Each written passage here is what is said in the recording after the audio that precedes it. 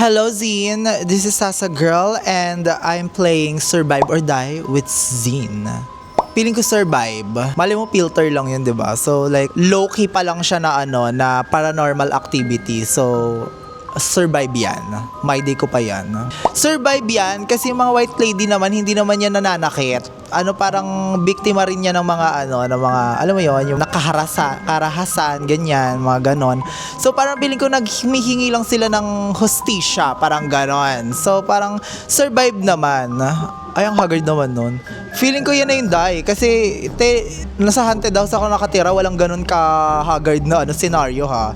Yung mga hatakan, parang feeling ko, na yan talagang haggard na sitwasyon na siya. So, die yan. Ay, oh my God, paranormal activity nga. Wait lang, isipin natin yan.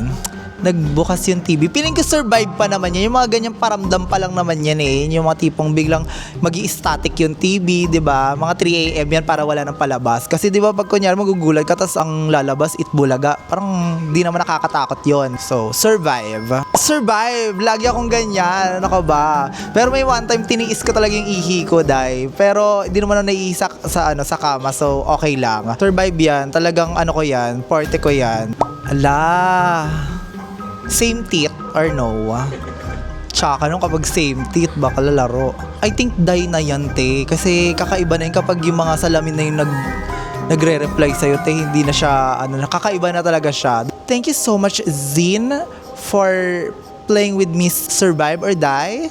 I'm inviting everyone to watch Shake, Rattle, and Roll this December 25 on cinemas. Thank you so much. Mwah.